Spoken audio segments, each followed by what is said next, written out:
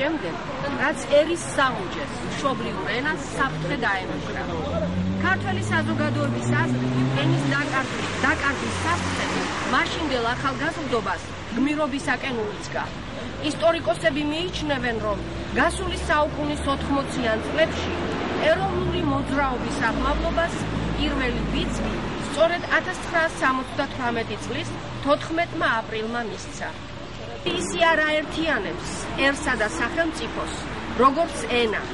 იაკობ გოგებაშვილის დედა ენა და მისი საწყისი ია მშობელი დედისა და პირველი მასწავლებლის ხმებთან ერთად სამუდამოდ დამკვიდრდა ქართველი ხალხის ცნობიერებაში.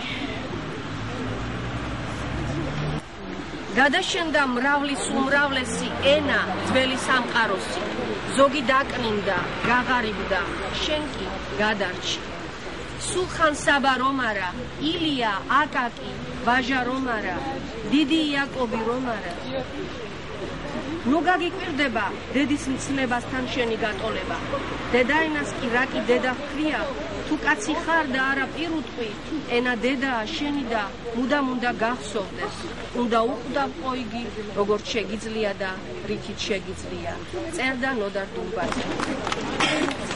დედაო ენა, შენ ჩვენო ნიჭო, სბოლავ და ფრენავ.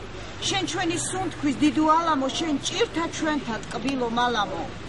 შენ კირი ჩვენთა, ქვათა და კირთა, შენ ერთი შემრჩი სამარის პირთან.